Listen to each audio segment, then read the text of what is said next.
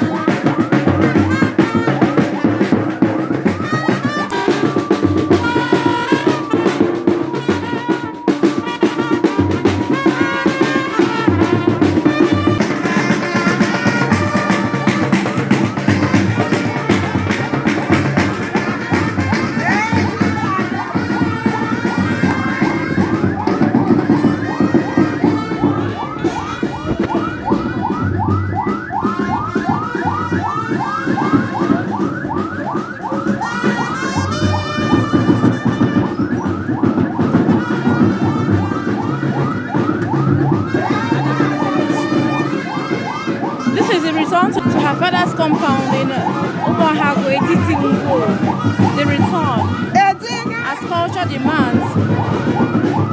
When this happens, the deceased returns to her father's home before going back to her husband's home. This is what we are doing now.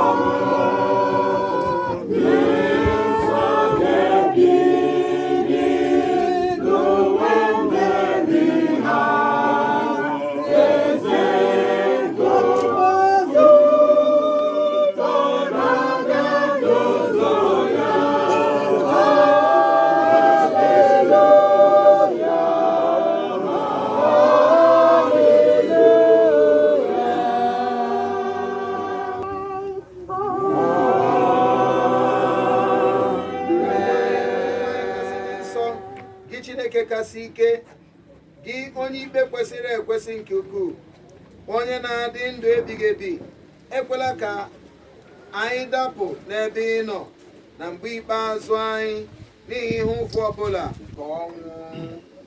Page 19, ngụpụta nke okwukwe. Ihe niile nke nna m na-enye m ga-abịakwute m.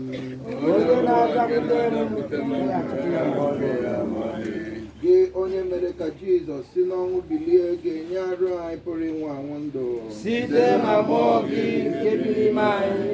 Ya mere obi m dị m ụtọ, mmụọ m na-aṅụrị ọṅụ. Ara m ga-ezukwa ike n'olileanya. Ị ga-egosi m ụzọ nke ndụ, n'iru gị ka ọṅụ zuru oke dị.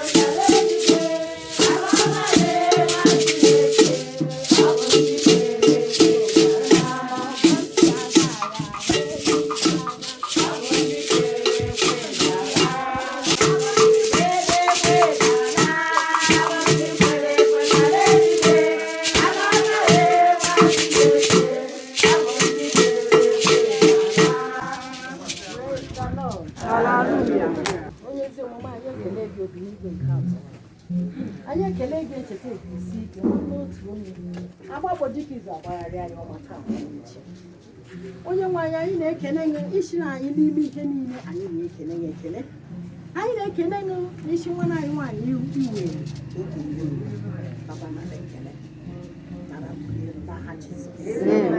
onye nwe anyị mgbe anyị na-ekele gị na ihe etoghị na ya aja na mma n'ihi ihe mere maka ihe mere anyị anaghachị na ihe mere adịghị ọhịa mana onye nwe anyị n'ime ihe niile anyị na-arịọ gị mgbaghara mmehie papa ọ dịkwara ụzọ ọbụla onye ọbụla n'etiti anyị si wee emehie megide gị n'okwu ọnụ n'echiche obi na omume papa anyị na-arịọ ka ị gbaghara nke kachasị nke onye ezi omume ọ dịkwara ụzọ ọbụla onye ọbụla si wee emehie n'ezinụlọ ọ bụ papa mụtara ụmụ aka di nwa anyị nwaanyị ọ bụ papa anya ọ bụ papa nnukwu onye ọbụla bụ ndị bụwo nne ezinụlọ m ụzọ abụm ụzọ ha chikwa wee kpasuo n'igwe Chineke ka obi dị jụụ nke iwe dị ọkụ na-achọ ka amara gị bata n'ezinụlọ n'aha Jizọs ogologo ndụ ha niile ka na-enwe ike onye nwe anyị ọnwụ aka nka a na-atọkwa ya n'ezinụlọ n'aha Jizọs Kraịst.